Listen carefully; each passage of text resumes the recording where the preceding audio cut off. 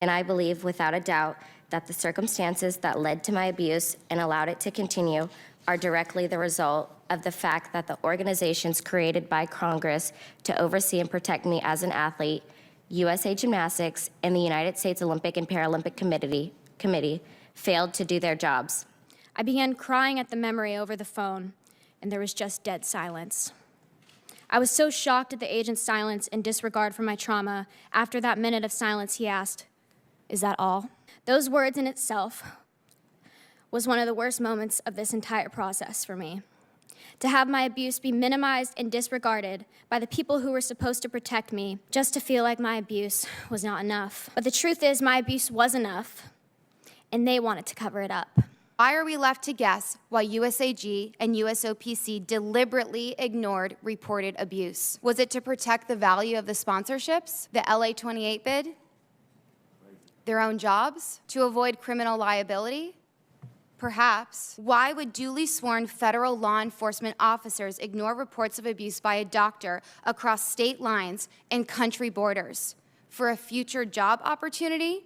Or were there additional incentives and pressures? Why must we speculate when the facts are obtainable and the stakes are so high? Simone Biles, Michaela Maroney, Maggie Nichols, and Aly Raisman sat before the Senate Judiciary Committee to give testimonies against former USA Gymnastics doctor Larry Nassar. But the world's most famous gymnastics stars are speaking out not about USA Gymnastics or the International Olympic Committee, but about the FBI and its total mishandling of the investigation into Nassar. Simone Biles noted that the FBI turned a blind eye to the crimes as hundreds of young athletes were abused. According to the gymnasts, the FBI falsified statements, didn't take claims of abuse seriously, and delayed investigations, leading to scores of new abuse instances. The FBI has acknowledged its own conduct was inexcusable, as at least 70 girls and women said they were molested while the FBI was aware of the problem. I'm Caroline Johnson. Thanks for watching. Christopher Wray announced that one of the agents no longer works for the Bureau in any capacity. Wray here is referring to Michael Langman, the lead agent on the case, who was fired Tuesday, according to the Washington Post. His boss, Jay Abbott, resigned back in 2018 following revelations that he was involved in these mishandling. During the investigation, Abbott also discussed a possible job with the U.S. Olympic Committee, a violation not only of the FBI's conflict of interest policy, but also a gross violation of just